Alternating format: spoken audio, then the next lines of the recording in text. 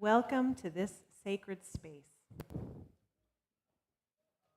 My name is Adris Harrell, and on behalf of First Unitarian Church of Wilmington, I welcome you, including our children, to our worship service.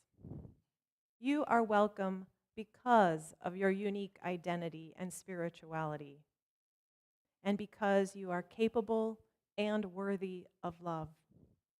For the purpose of visual accessibility, I'm a white woman with brown hair. I'm wearing a dark green shirt and a long black cardigan with embroidery on the bottom. If you are new to First U, please fill out the connections card that will allow you to get our newsletter and other information, and you can keep the pen. If you are online, please click on the link in the chat. And speaking of those online, please greet them by waving to the camera to your left. And now, please turn to those around you and greet them with radical hospitality.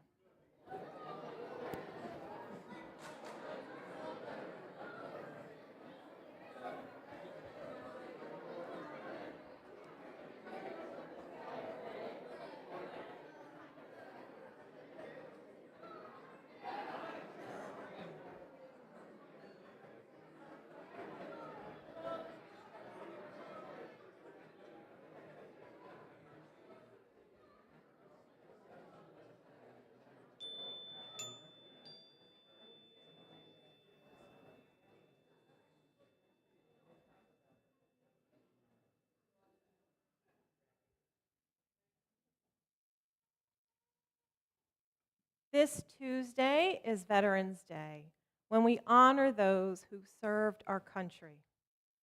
Many were asked to put themselves in and perform acts that should be impossible to ask.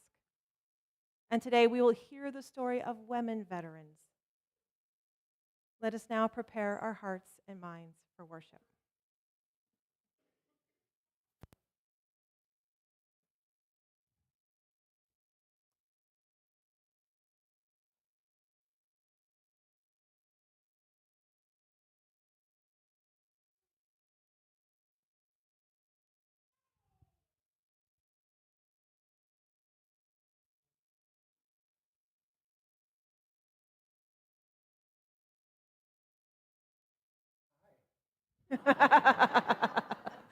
I'm the Reverend Larry Pierce, minister here at First Unitarian Church of Wilmington. We changed the order around this Sunday, and so I got a little off track.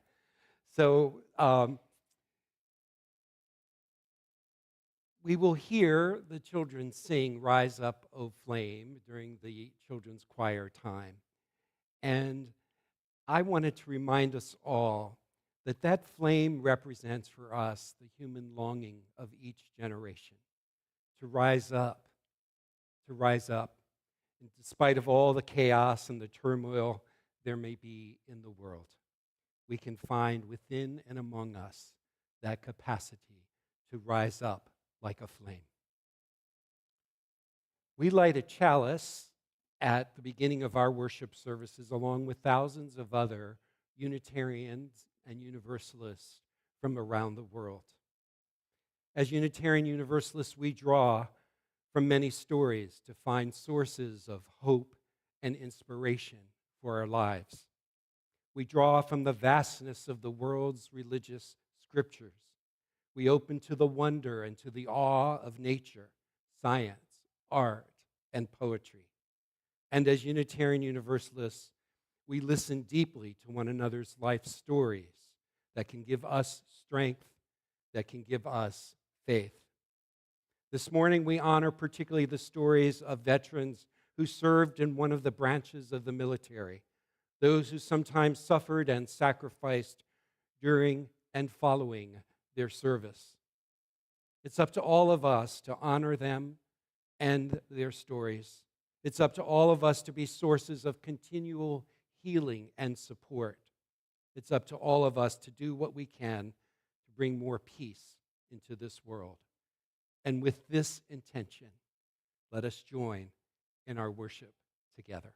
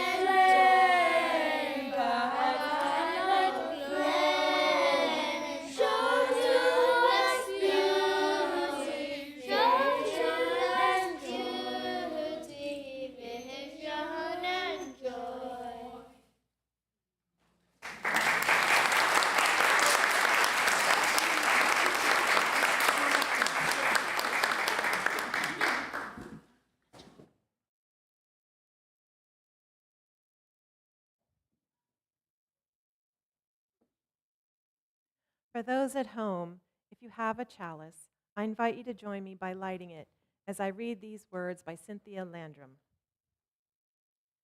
In honor of those who served and those who continue to serve, at home and abroad, for peace and in war, we light our chalice and we offer our thanks. Please rise and body your spirit to sing hymn 358, Rank by Rank, which has new lyrics that will be displayed on the screen. Please remain standing after the hymn for our unison affirmation.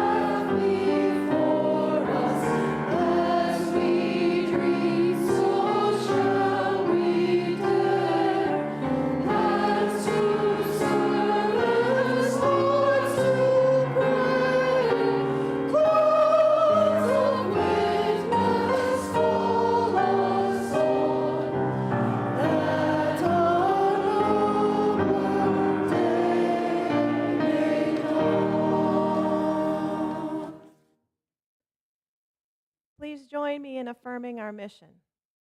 First Unitarian Church of Wilmington is a beloved community that nourishes minds and spirits, fights injustice, and transforms the world through loving action.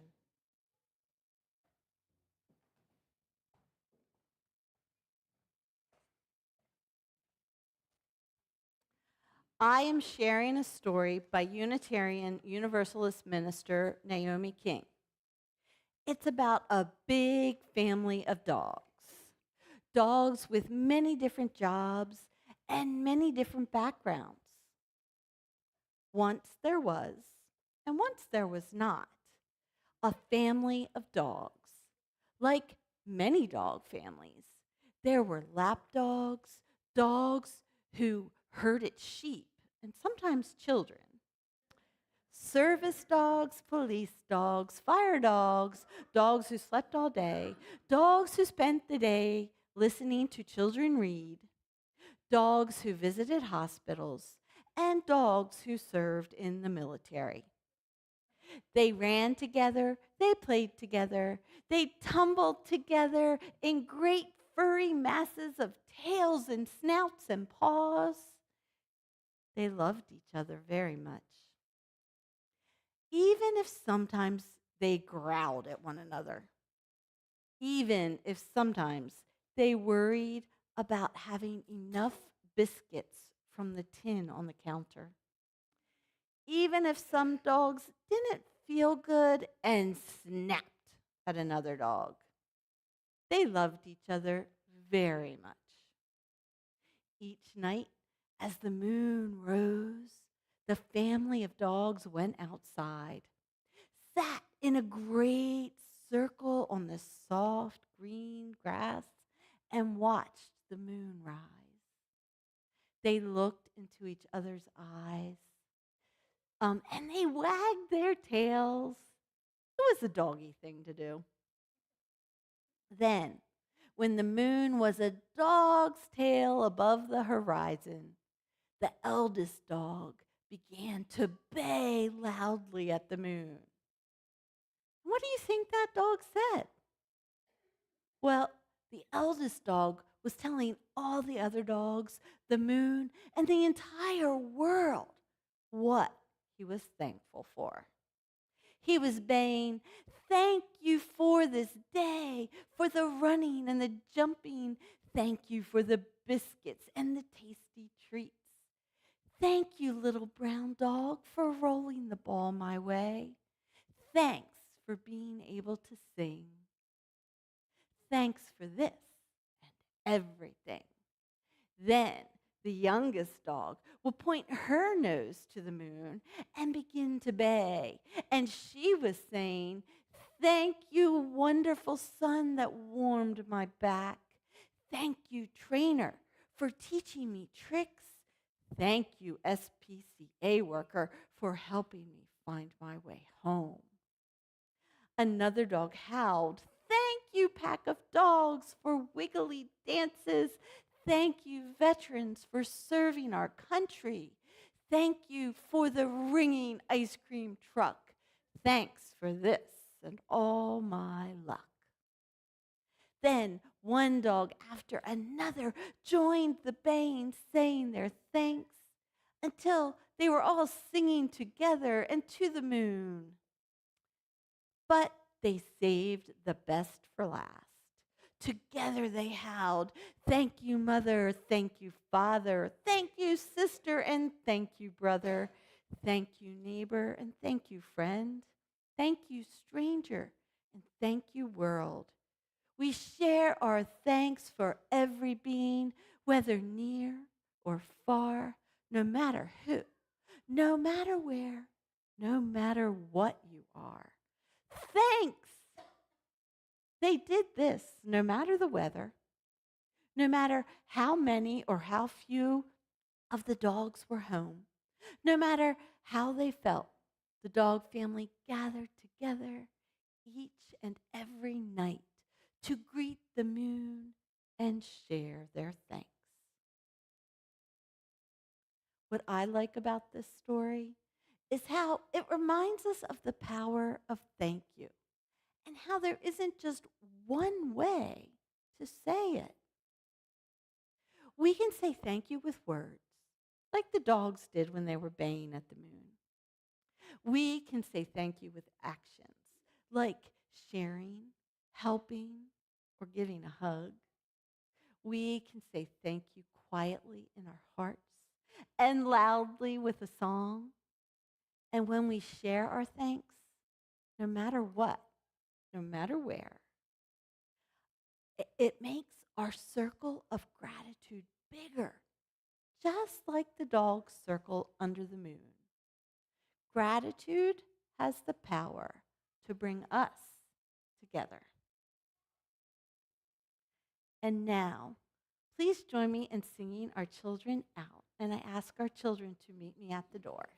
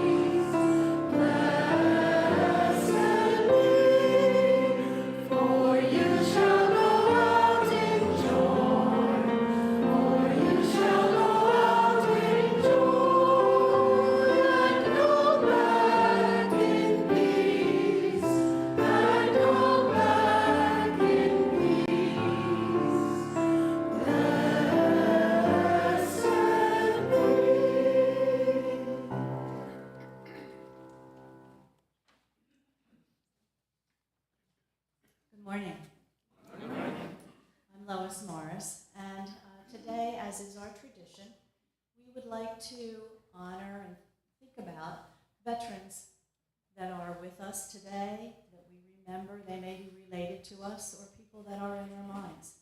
And so I would invite you to come forward and say the name of a veteran or veterans that you may be thinking of, and mention the area of service they are. And please speak directly into the microphone so we can all hear who you're thinking about. And we will light a candle in their honor as you do so. So please come forward.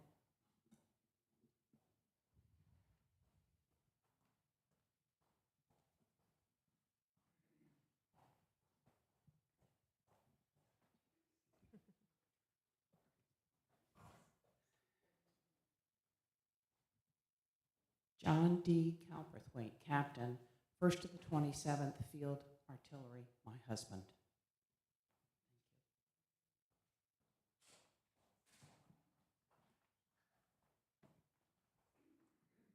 I have several. This is my maternal uncle, Robert Ellis Jones, served in World War II, Korea, and was in the Pentagon during Vietnam. And I'd also like to honor two people. A longtime friend of ours, Bill Walker, in the Coast Guard, and Phil's son, Patrick, who served in the Navy.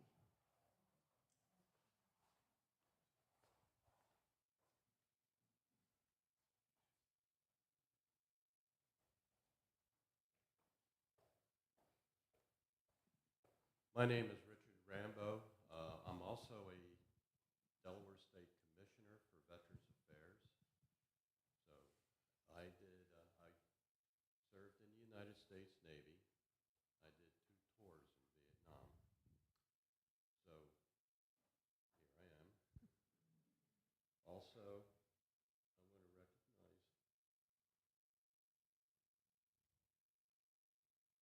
I have this book I brought in. A Short History of Delaware Women and Their Service to Our Nation. And one of the people I want to recognize is Sergeant Major Anna M. Lopez, U.S. Army retired. Anna was also one of my fellow commissioners. And she was a dynamo. Unbelievable. Anna passed away last Thursday. And as a commissioner, I'm planning her funeral. But she was one of the most amazing women warriors in this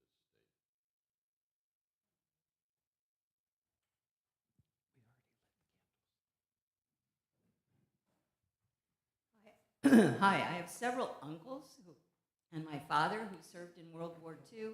I'm just going to name their first names, and they served in 4 different branches of the service. It was Uncle Bill, Uncle Jack, Uncle Bob. I lost an uncle that I never met, Uncle Bill, and my dad, Sidney Jordan, and Uncle Elmer. And he flew lots of missions over England, but all of them served in different branches and had different experiences. And I just recently learned that my Uncle Bill, who was buried in Belgium when he was killed, has somebody who's watching over his grave, and has been for a long time, and we communicate with them. So I appreciate their service, and my grandparents had lots of kids that were in World War II.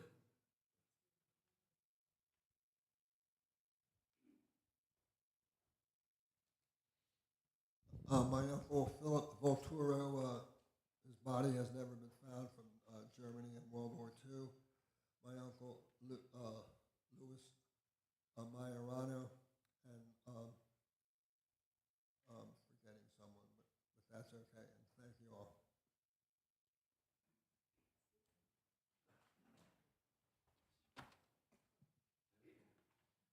I'm Steve Cohen. My father, Marvin H. Cohen, 8th Army, 1945 to 1947, served in Occupation Forces Japan, and helped the citizens rebuild their devastated country. And my good friend, Guy Lounsbury, I disabled. Guy was a U.S. Marine in Vietnam in 1969, and both legs were blown off along with most of one hand mangled, and he managed, after years of rehab at Philadelphia Naval Hospital, to enter the University of Pennsylvania and navigate this old campus with stairs everywhere in his wheelchair with one hand, and we carried him upstairs and all kinds of things, but he was able to graduate in 1990. He worked for the VA his whole career helping wounded warriors, and his good friend who saved his life in Vietnam was with him when he passed away a few years ago in Boise, in Spokane, Washington, where Doyle is from.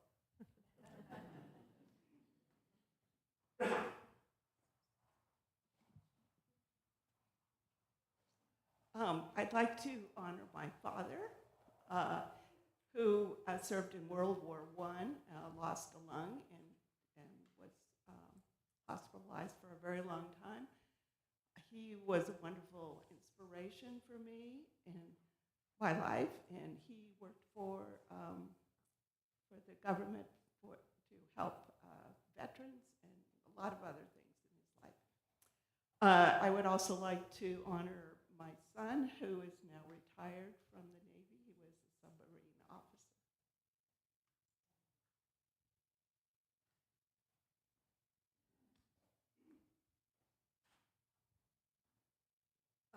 There have been a couple members of the service in my family who came home not physically hurt, but with severe mental and emotional disabilities that were lifelong and haunted them.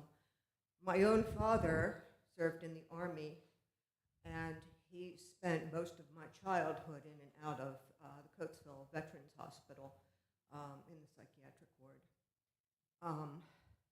And then there was my Uncle Leonard, and he had severe anger management problems that he had to deal with all his life.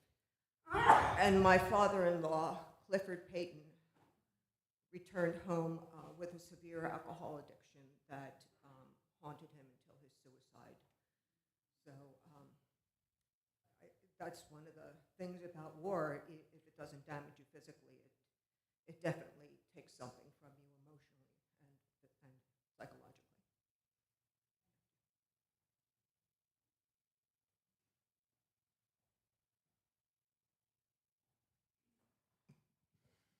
I'd like to honor my father, Walter Charles Shane. He was in the Air Force, served in Korea, and we lived in Bangkok, Thailand when he was attached to the Royal Thai Air Force during Vietnam. He served for 24 years, and I'd like to honor my sister, who also served in the Air Force for 22 years and has gone on to work in social work. And my mother's cousin, Randall Carter, served in the Army in Vietnam, and he carried that for the rest of his life.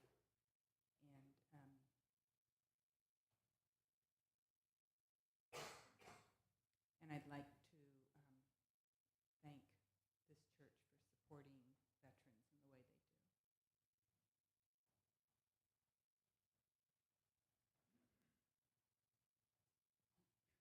I'd like to honor my uncle, who fought in the Battle of the Bulge, and my friend George, who didn't come back.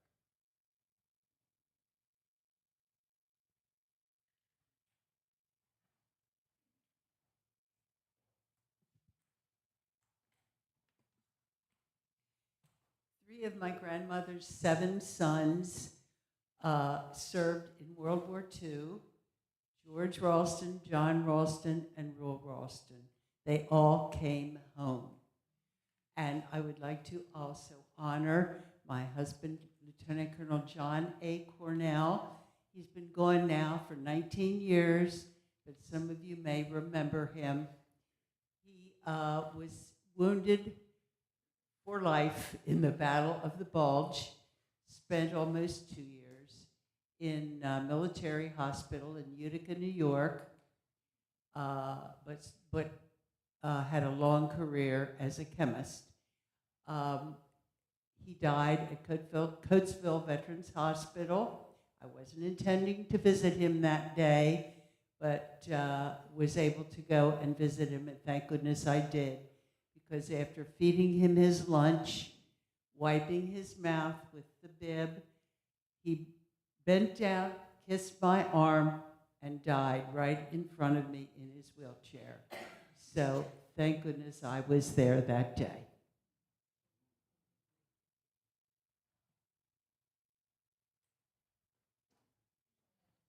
I'd like to honor my father, William L.F. Hardum, who served in WW2 in the Navy and came back all right. And my son, John, who's a captain in the U.S. Naval Reserves and is a weekend warrior, has served 3 foreign stints and 1 year in the Pentagon.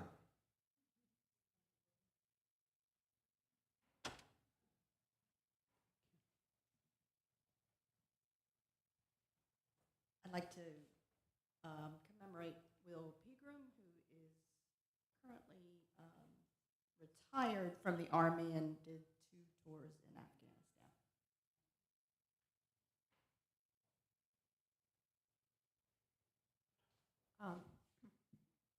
My father, Delwyn Vanderwall, served Quartermaster Corps during World War II, and Randy's father, Lloyd Windle, served in the Army Air Corps.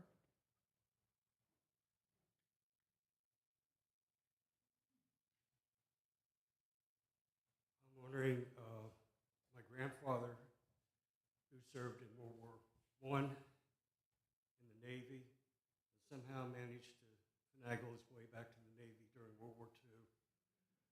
He was part of the D-Day invasion flotilla, and my father, who served as the United States Marine Corps during World War II, served in the Pacific, and continued his service through Korea.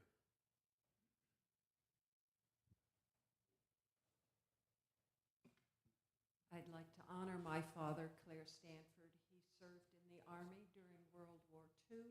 He was stationed in Oak Ridge, Tennessee. It was part of the Manhattan Project, along with the Los Alamos. And ultimately, he passed from the cancer caused by the radiation from that work.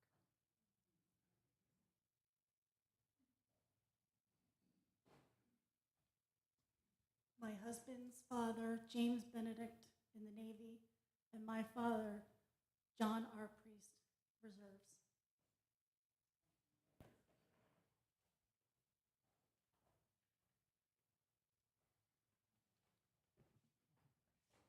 I'd like to honor my son, Julian, who served 3.5 years as a tanker. My brother-in-law, Griff, who did 26 years in field artillery. My nephew, Wayne, who served 15 years in the Navy. My nephew, Adrian, who served 6 years. They both served in the Middle East. Both worked at the Pentagon and recently was furloughed. And my grandniece, who's still serving, who did a tour in Africa and Djibouti. I honor them.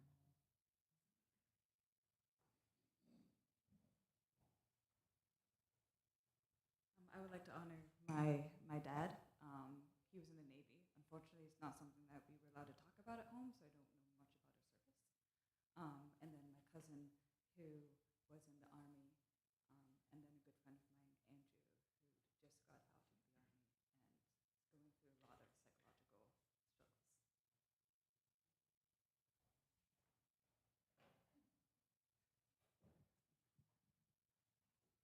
I'd like to thank multiple family members for their service. My father for Air Force Reserves, my brother for the Army,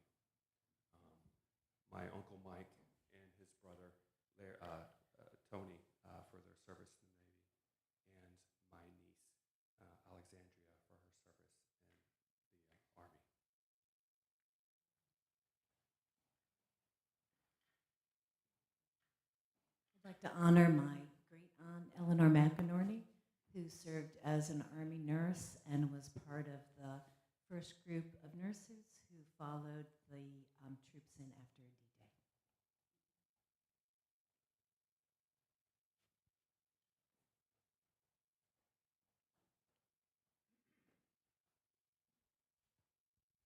I'd like to remember my father, who at 13 conned his way into being in the Merchant Marines because the Army wouldn't take him, but did con them into taking him 3 years later, and then he was in the Army for 13 years. And my two best childhood friends, Jerry Palazzola, who went into the Army, and Stephen Kelly, who went into the Air Force. And neither of them are with us now, although not directly from being in the service.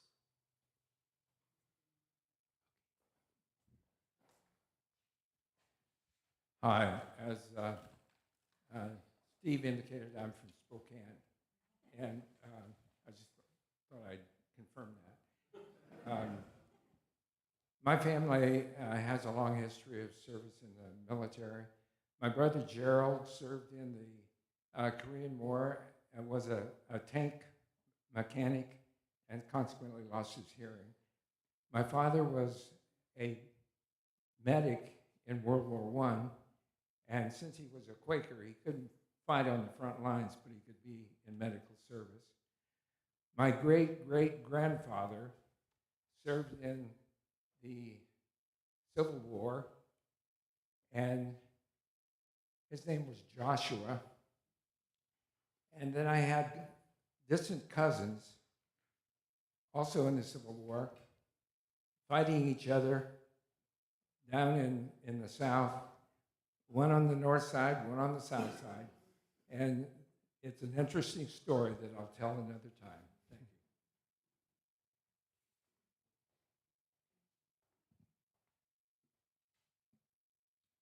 And I would like to honor my grandfather, Henry Adolph Gerkensmeyer, who fought in the First World War, and my father, Frederick Gerkensmeyer, who was in the Army during World War II in Burma.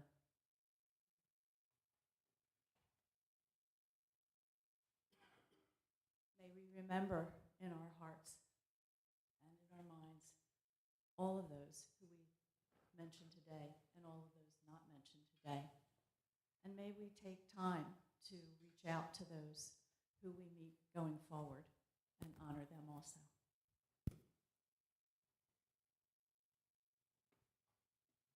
Join now in a time of prayerful meditation.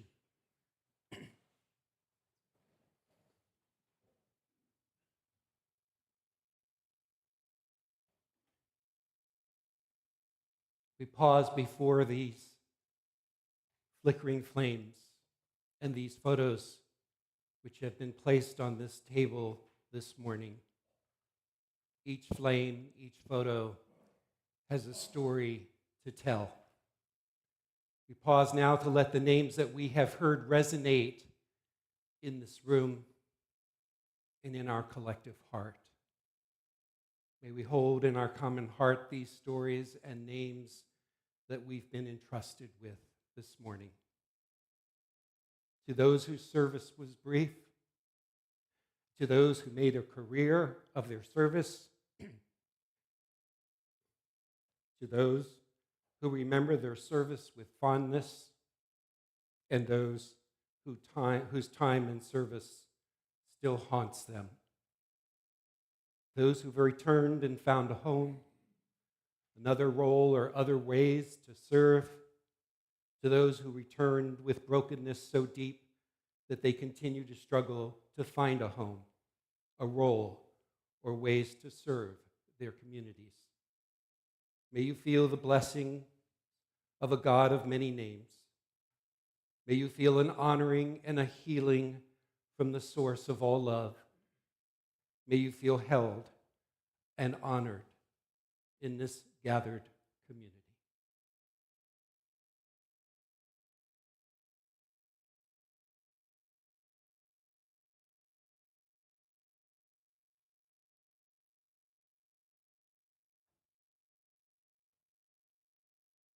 we also, during this time, acknowledge those in our own gathering this morning who may be holding a particular concern for themselves, their loved ones, or our world. Those who have lost a loved one, Michael, your father. May you feel the love of this community. Those who are in treatment or will begin treatment this week, may you draw strength and a healing from the compassion of this community and from a healing love, an infinite healing love within you.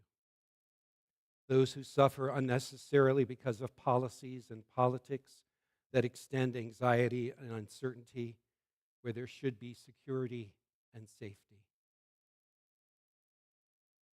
Maybe you have a concern that you want to speak aloud very briefly in the time that we have.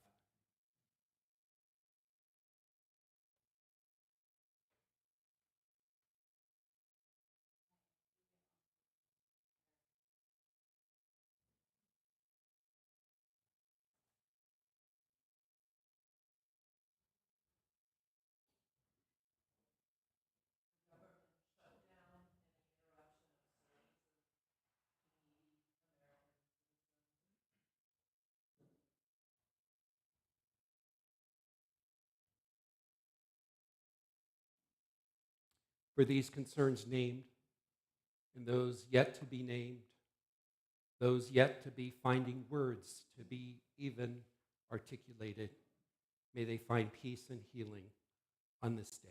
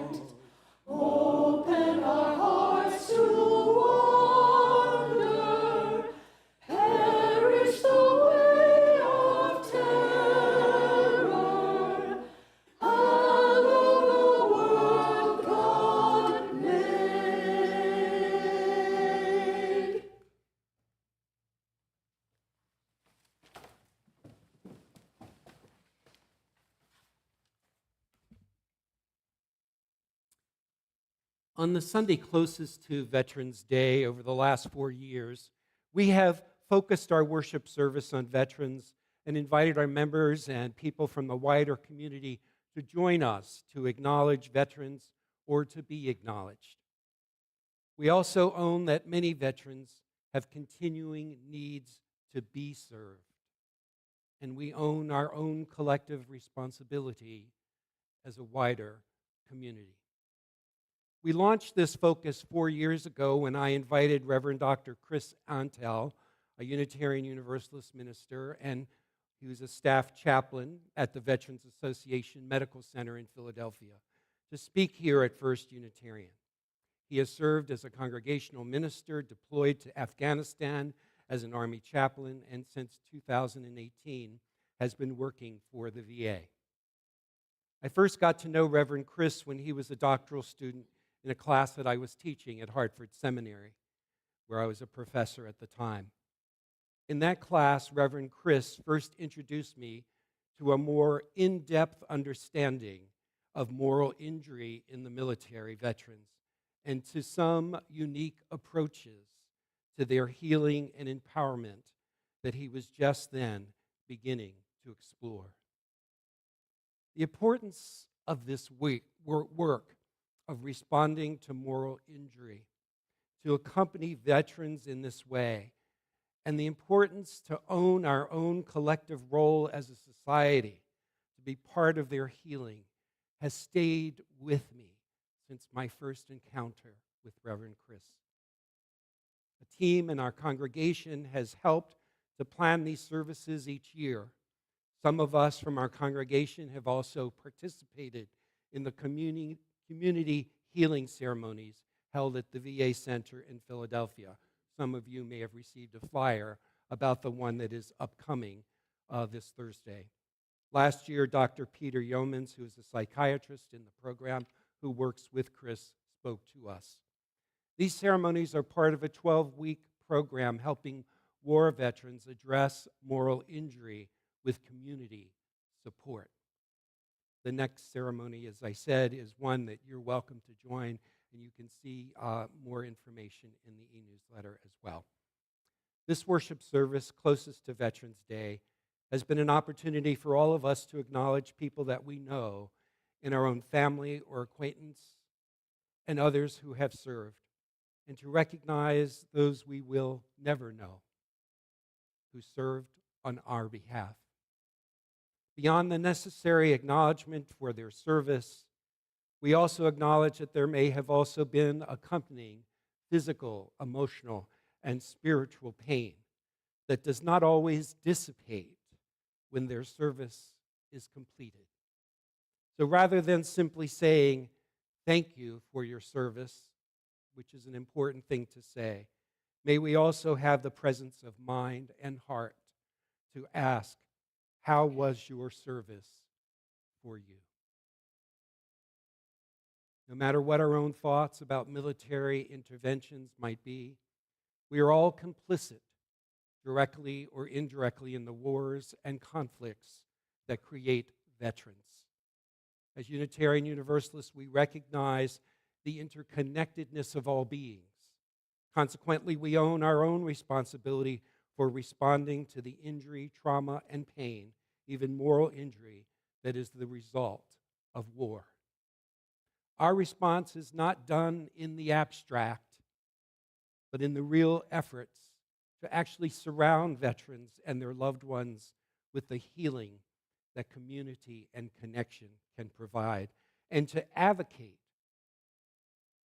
again and again for ongoing services to veterans who are in need, especially in a time when those services are threatened. Reverend Rena Scher, a Unitarian Universalist chaplain with veterans, recently shared this reflection of her work.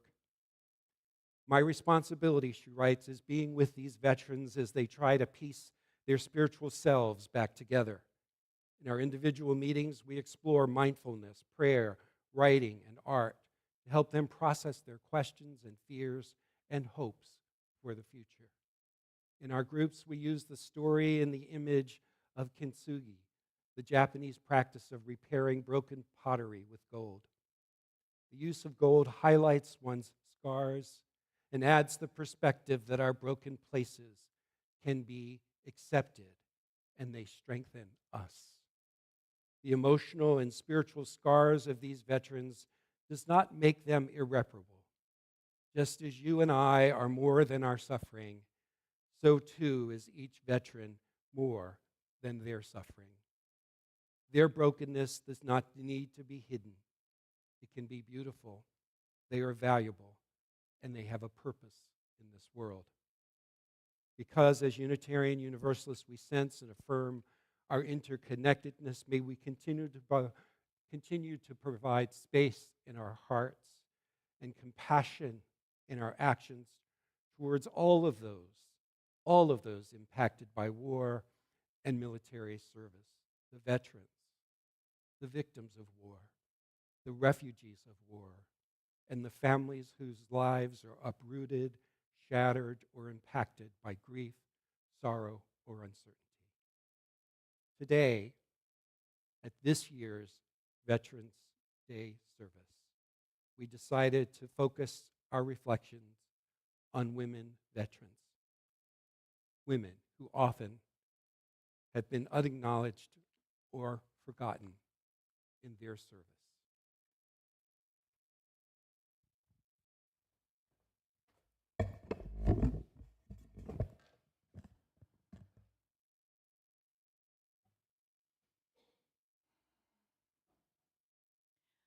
Honoring women veterans.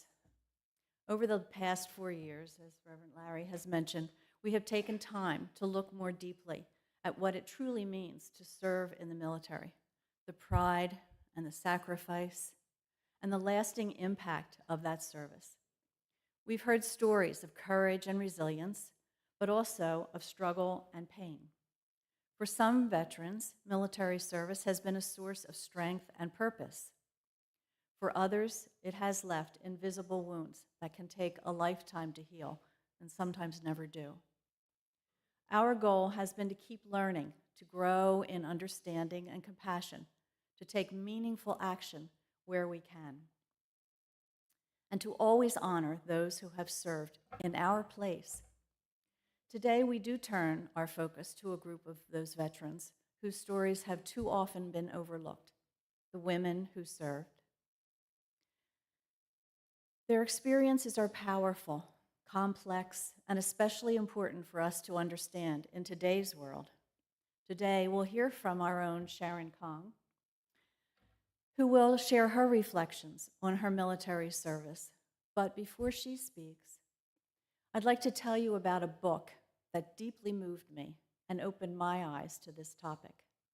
It's called The Women, written by Kristin Hannah. Some of you may have read it.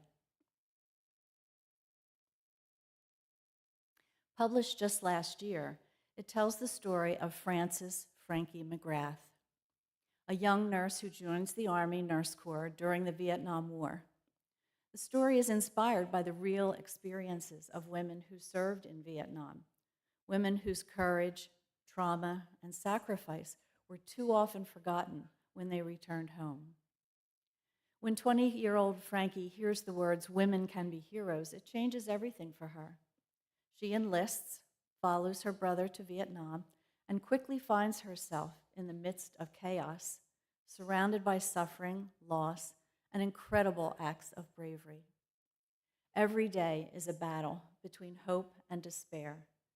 And when she finally comes home, she discovers a nation divided, where her service is not recognized and her pain is not understood. Through Frankie's story, we are reminded that many veterans, especially women, fought two battles, one overseas and another when they returned. The fight to be seen, to be heard, and to heal. The novel sheds light on what so many veterans face: PTSD, moral injury, broken relationships, homelessness, the struggle to rebuild their lives. It's a powerful reminder that the effects of service reach far beyond the battlefield, and that healing often begins when we, as a community, take the time to listen. As UUs, we put action to our values, and coming up, there's an opportunity to actively take the time to listen to veterans who need our support. This is the community healing ceremonies that Reverend Larry just mentioned, hosted by the Moral Injury Group at the VA Hospital in Philadelphia. These are held 3 times every year, and they offer a safe place for veterans to share their stories of service and moral injury before a civilian audience. It's a sacred space where listening becomes an act of healing. For the veterans, it's a chance to release some of the moral and emotional weight that they carry. For civilians who attend, it's a time of deep connection, compassion, and understanding. Many describe it as life-changing. It certainly has been for me.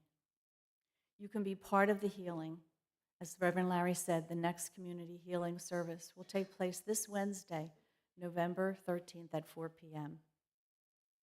5 veterans, having been deployed to Korea, Vietnam, Afghanistan, and Iraq, will share their stories.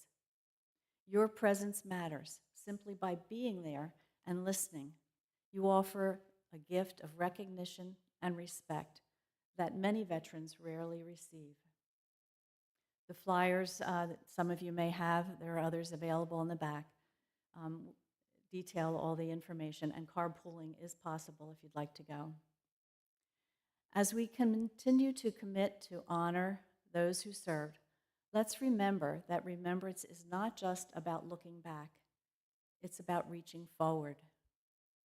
It's about listening, learning, and standing with those whose service came at great personal cost. I'll conclude with this thought. Every story we hear, every act of listening, every gesture of understanding, these are the ways that we truly honor our veterans. In the words of Maya Angelou, I've learned that people will forget what you said. People will forget what you did. But people will never forget how you made them feel. May we make our veterans feel seen, valued, and remembered, not just today, not just on Tuesday, but every day. I would like to invite any women veterans who are here with us today to stand and accept our acknowledgement and gratitude for your service.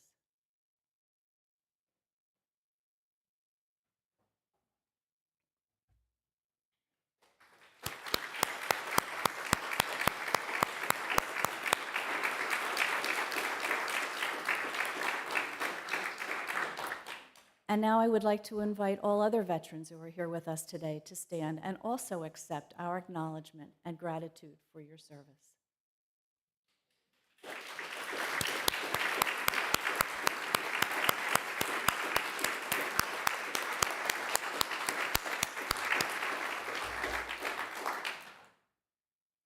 While we've focused on, that's later on. That's the other slide. Thank you.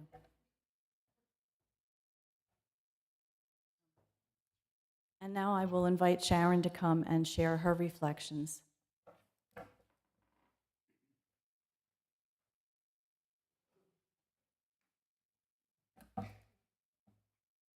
Thanks for having me. When Lois asked me to speak today, so many things just swam through my head. So I found myself the last couple of weeks running around with this song in my mind.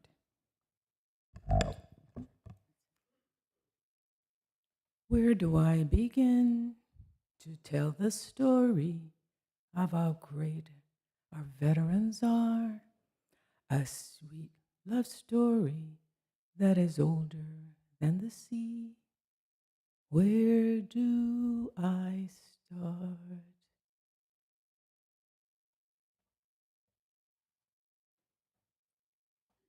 I could only think I can only begin with me. But one of the first lessons I learned in the Army is there is no me, it's only we. I'll tell you 2 things about myself that only people in the family really know. I have a nickname which my uncle, who was an avid fisherman, gave me. And I became his fishing buddy when I was about 9, 10, because I lived with my aunt and uncle for a couple of years. And he nicknamed me Shrimp. So to my sisters and others in the family, I'm Shrimp, Shrimpy, and lately I heard Auntie Shrimp. So as many of you may know, I grew up in Jamaica. My heart breaks for them right now. But we came here with not much. My father suffered a massive stroke at the age of 49, and a brain aneurysm, actually, and left my mom standing at the age of 39 with 12 children, the youngest of which was 3. And he had a thriving business, and everything came to a screeching halt. So in subsequent years, my mom had come here to the US to work and sent money home to help us survive. So this was her only, she dragged my father kicking and screaming to come to this country. But that's part of my story. Why did I join the service? My sister actually joined before I did. We came here in 1976 in December. We had never seen snow, obviously, or felt that kind of cold. But I'm not sure, and I don't remember, to be honest, who told her about the service. But she made a very quick decision, because she had already graduated high school, to join the service. I somehow followed suit because I needed to know where I would be when I graduated. Although I was on a college prep track, we didn't have the funds. So I decided before I graduated, I needed to know, am I going to have a roof, and will I be able to feed myself? So the information I got from the military was, you would have both. So I signed up in January of 1978 and graduated in June. But the class, or the MOS, the job I had chosen, 75 Charlie, which was a personnel management specialist, I wouldn't have been able to go to school till the fall. So I managed to get into a program at that time who allowed you to work and get paid by the county. And I worked in the recruiting station for the whole summer before I went off to basic training. I can't tell you, if I jump around a bit, it's because one of the things about the military and the military services, one memory triggers another, and another, and another, and another. So much has come flooding back to me. My children accuse me in recent years of saying, Mom, you never talked about your service. And it's only when I was sitting around talking with my nephews about what they were going through or what they'd been through, my son would say to me, you didn't tell us about that.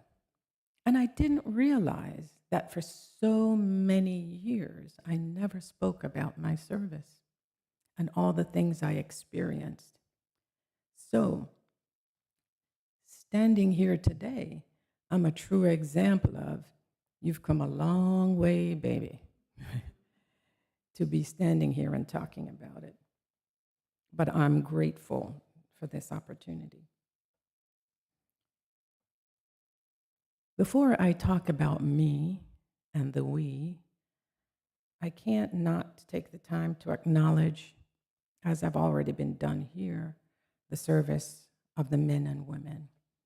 And it's not about just service, it's the sacrifice, it's the time, body, mind, spirit, and soul that they have given in service to our country. And yes, I did become a citizen after I had served.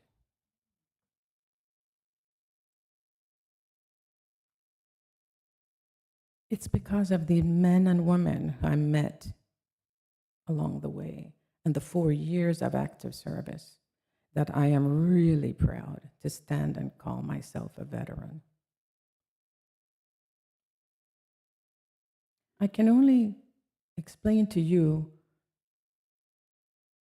my experiences, and hopefully that can give you some idea of what women, veterans, are made of. It's tough. It's the good, the bad, the ugly.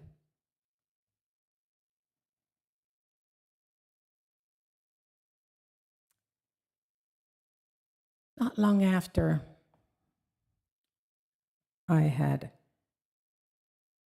started my active duty, my sister got out the service. She had joined the military, gone through basic training, and was trained as a petroleum specialist. And she found herself feeling sick all the time. Well, the family found out later she was sick because she was pregnant. Her recruiter got her pregnant. I'm happy to say, though, that that recruiter and her are still married. They've been married for over 40 years. And he served 26 years in the military. So she became an Army wife.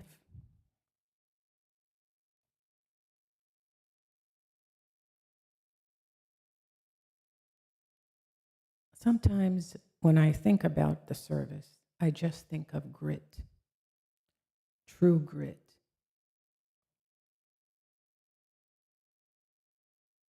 I learned a lot in the 4 years that I served, and I could never trade it for all the experiences in the world, as difficult as some of those experiences were. In basic training, I injured my leg because in night training, I had short legs and I wasn't running fast enough and jumped far enough over the foxhole, and I landed in the foxhole and broke my ankle and still live with that ankle. I was never able to run again, but I could walk.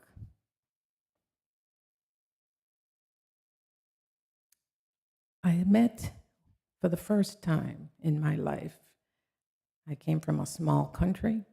I met women of every background and from all over, women from Puerto Rico, Samoa, Connecticut, Pennsylvania, every walk of life. My bunkmate in basic training, Linda, was much older. I was just 18. She was already in her 30s. They made her a squad leader very quickly. A couple of years went by before I realized Linda would always come in at night late. She would bring goodies in her pocket. She would bring cookies and candy, and I didn't, like, Linda, where did you get all this stuff? Well, she had to work in the orderly room. It wasn't a couple of years later that I found out she was in a relationship with one of the drill sergeants. No wonder she was getting goodies.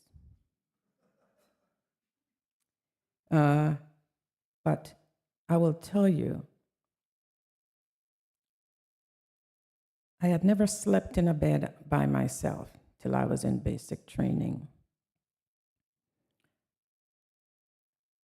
The women I met were just unbelievable. In 1978, the Army decided to do joint training for men and women. So basic training was co-ed. We trained right along with the men. Met some of the greatest guys. I can only explain to you what it was like to bear witness. There was a drill sergeant, and we called him Rumpelstiltskin because he was 4'11" and he loved jumping up and down in front of you. And there was a trainee. He was a bodybuilder in civilian life, big guy, and we called him the Hulk. Well, Drill Sergeant Cladfelter was his name. Just wanted to taunt this guy so bad. And all he ever did was jump up and down in front of him. And I'll never forget the day Hoke stood there, and all I could see was one tear rolling down his face, because I knew he wanted to grab Rumpelstiltskin by the neck and toss him aside. And I had to find out how he felt. So I took some time later that day. He said there wasn't anything I could do but stand and take it. So while we're honoring women today, I can't tell you what it is an honor to have served with some of those men.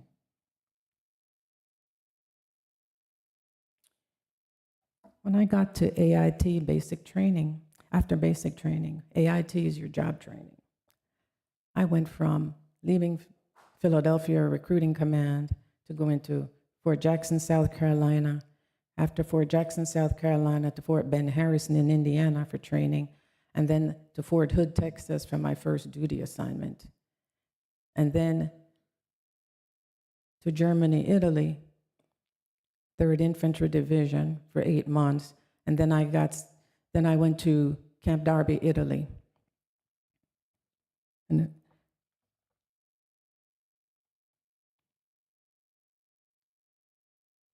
I remember in AIT, while everyone was getting ready to go home for Thanksgiving, there was a young soldier, only a few of us left back in the barracks, and she was crying and crying her heart out. We couldn't understand why. What's wrong? She couldn't go home, she said. Why? Because her boyfriend was a person of color, and her family didn't want her bringing that person home. We couldn't believe. So those of us who were left in that barrack surrounded her. And I can't even remember to this day how we resolved it, but we put our arms around her and told her how sorry we were that she had to go through that.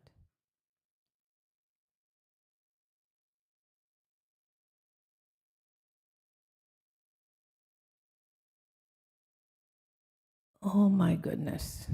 I had a Filipino roommate at Fort Hood. We became like sisters.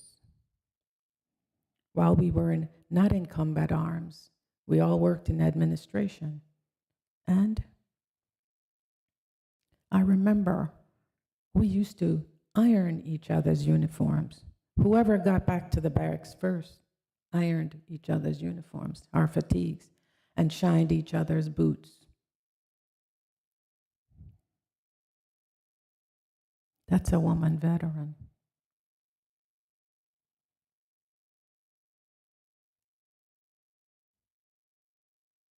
I was fortunate to have been chosen to serve while I was at Fort Hood in the officer division, where I handled officers, promotions and reassignments. And I remember when I got there, the sergeant who was leaving told me, "You can't make any mistakes. You cannot have any errors on any of this paperwork." One of the gifts of the military is it can tear you down, but it can build you up.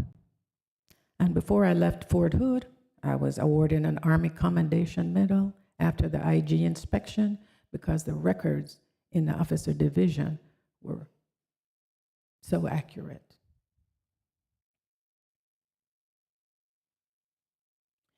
At Fort Hood, when we first arrived there, we were told, never walk alone as a female. If my memory serves me right, I think we had about 16,000 men and 4,000 women on that post. It was huge, but it was mainly combat arms. I was in the 1st Cavalry Division. We had a mess hall in our building, but we had an international mess hall a few blocks away, so we could get some different food. By the way, that's the first time for those of you who may know what SOS is. That's when I first learned what that was. Good food. For those who may not know, that's shit on a shingle. That's cream chip beef on toast. So I learned a lot in the military. So we used to do what we call run the gauntlet or walk the gauntlet just to go to the international house to get some different food. We couldn't walk alone. And to this day, it's still as vivid in my memory, because when we walked down there, we passed the combat arms barracks. And we had guys who would stick their heads out the window and howled at us. Wolf howls. So we had to do that every time we wanted to go for a different kind of meal. But guess what? Us girls stuck together, and we would go in groups. We were told never accept a ride from anybody at the bus station on the base. The level of assault was so pretty bad during that time. We were constantly warned.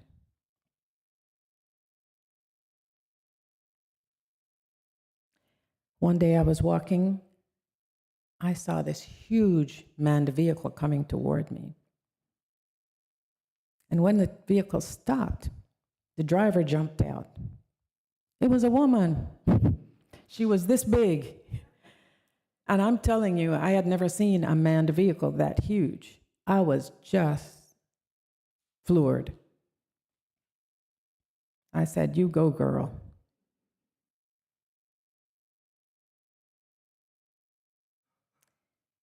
I could tell you a million stories because every day in the service, stories unfold. Every single day. I don't have all the time here today to just share with you how profound the experience was. It has served me well in many ways all my life. In these past couple of years, I had some events with major leaks in my condo. And I had friends who said, I would have left out of there and run overnight. I said, I'm an old soldier. I don't run away. I got to secure the perimeter.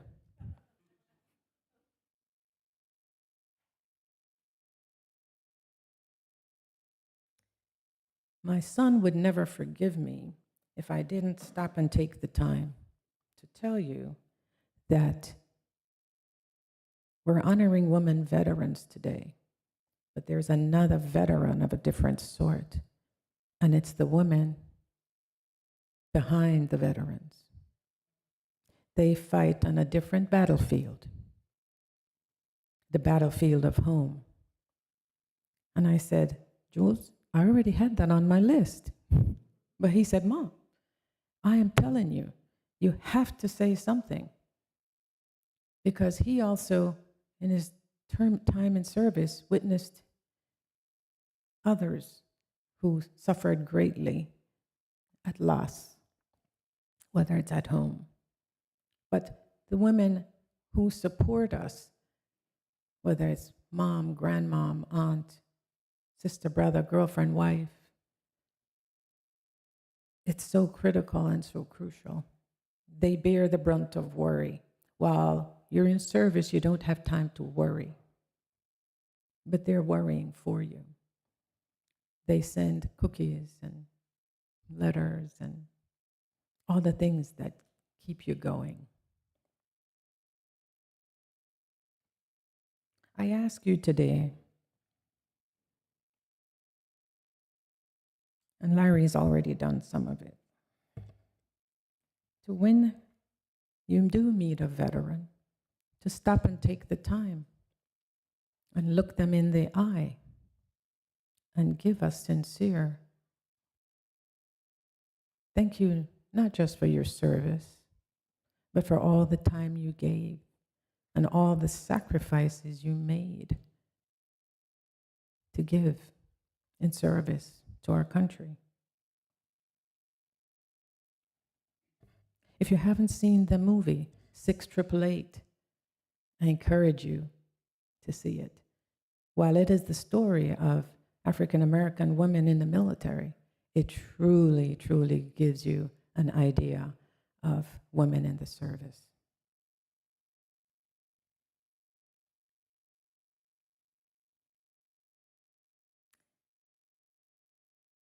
My first son was born in Italy while I was in Camp Darby.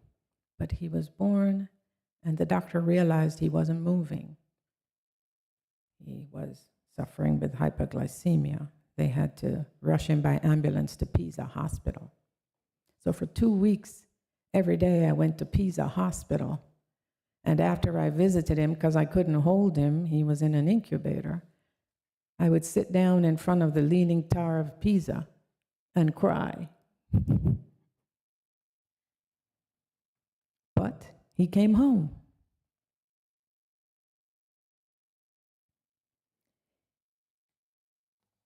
There aren't enough days and hours in the day to tell you how grateful I am to have been able to serve and how proud I am to be able to stand here today and talk about the veterans and the women. So I really appreciate all the time, the effort that everyone gives in acknowledging the veterans.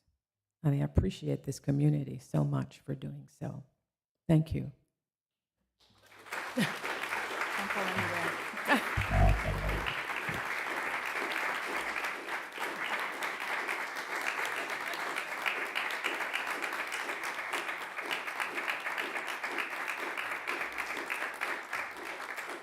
I hope I can do this. Sharon, this quilt is given with heartfelt appreciation for your service to our country. Let it wrap you in the warmth and love that we have for you. Thank you from the bottom of my heart. I appreciate it. And I accept it on behalf of all the women who serve.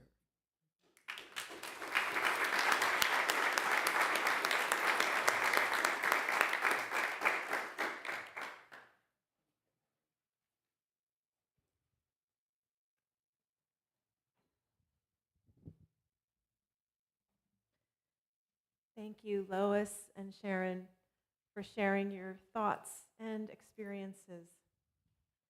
Thank you to our veterans for enduring the challenges and hardships your service presented, including the inability of civilians to understand your experiences. Our country asked a lot from you, and for many, there was not much given in return. My humble thanks recognizes its inadequacy. Next Saturday is our Break Barriers, Build Beliefs workshop. This is important work for our congregation to do in order to search and prepare for a new minister in an equitable way that reflects our UU values. Please look in the weekly e-news to not only register for the workshop, but to also complete a survey about First U. Even if you cannot attend the workshop, we urge you to complete the survey. All voices are important. We will turn now to our offertory. First Unitarian accepts with gratitude your gifts of time and money. As we enjoy the music from our choir, the different ways to give will be displayed on the screen, and the ushers will pass baskets in the sanctuary. Please join me in dedicating our offering to the work of this congregation, which is weaving a tapestry of love and action. We dedicate our lives, and these are offerings.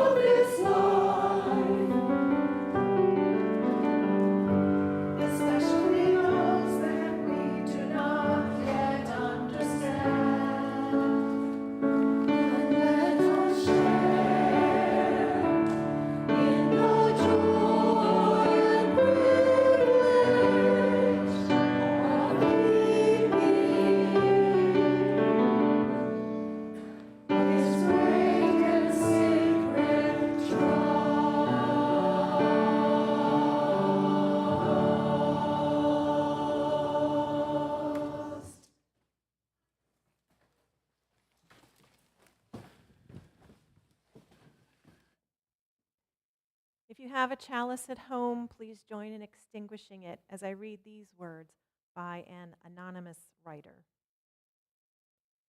May the truth that makes us free, and the hope that never dies, and the love that casts out all fear lead us forward together till the day breaks and the shadows flee away.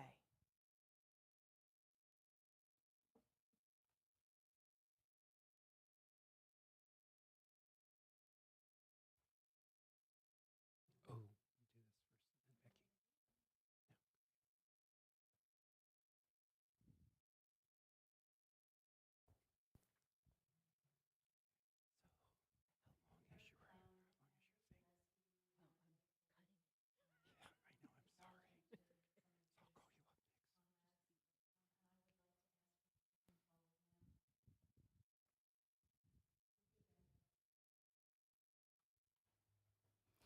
Richard, as you know, is a veteran. He's also a commissioner for Veterans Affairs for the state of Delaware.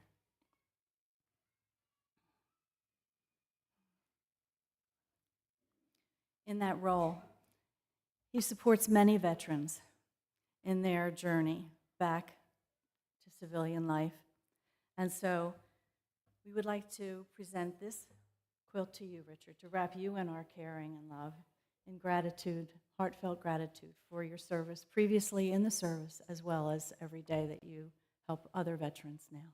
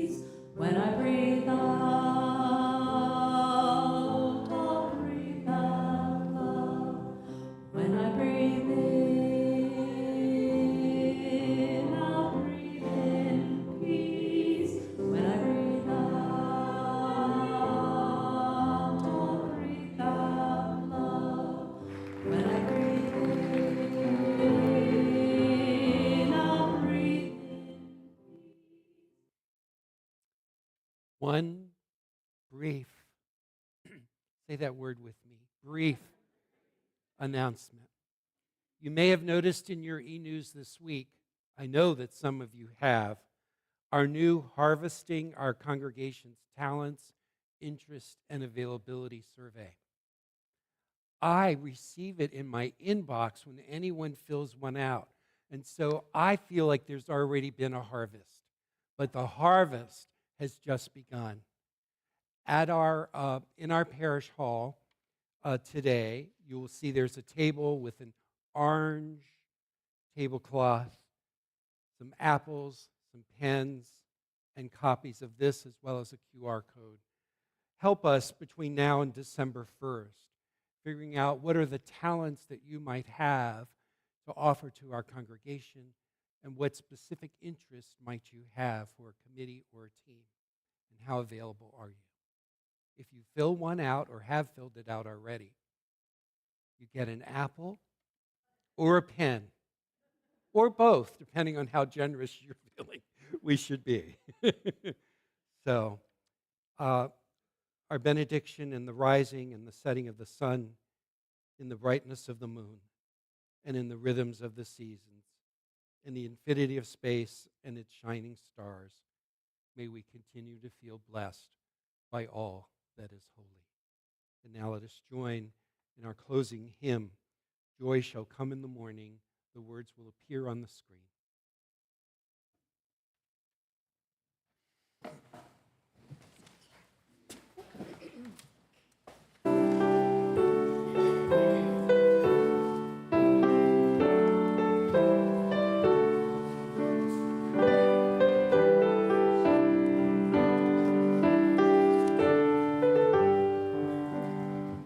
Joy shall come in the morning. Joy shall come in